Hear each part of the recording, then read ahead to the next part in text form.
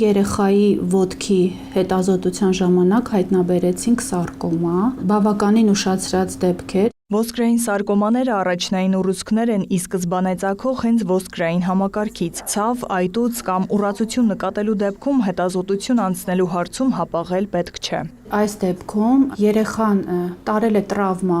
դպրոցում, 14 տարեկան երեխա է, եւ ոտքը այտուցվել է, ուռել է, բայց իրականում խնդիրը արդեն ունեցել է եւ երկարատև ցավի պատճառով ուղղակի ուշադրություն չեն դարձրել, մտածելով, որ դա տրավմայի հետևանք է։ Հետագայում, երբ որ արդեն ավելացել է գիշերային ցավերը եւ այտուցը,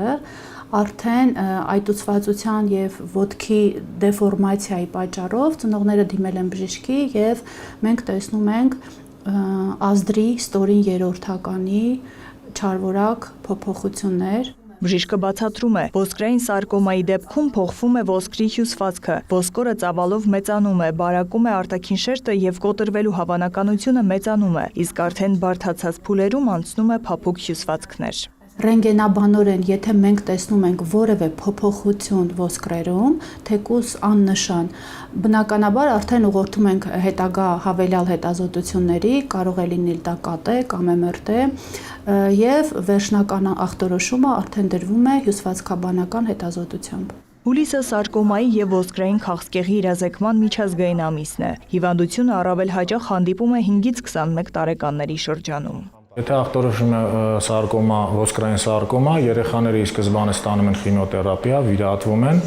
վիրահատությունից հետո եւս էլի հետվիրահատական քիմիոթերապիա են ստանում։ Իսկ մեծահասակները հիմնականում գնում են վիրահատման ի սկզբանե։ Պետք չէ վախենալ այդ սարկոմա բառից, միանշանակ շատ լավ արդյունքներ են ունենում, շատ լավ, իրականում, ուղղակի պետք է մի քիչ շուտ դիմել բժշկի։ Բժիշկը հերքում է նաև հանրության մեջ տարածված այն վարկածը, թե սարկոման առաջանում է վնասվածքից։ Կար տենց վարկած, որ վնասվածքից առաջանում են նաև ուռուցքային հիվանդությունները, բայց ոչ, տենց չի։ Վնասվածքը կարող է ուղղակի բերել նրան, որ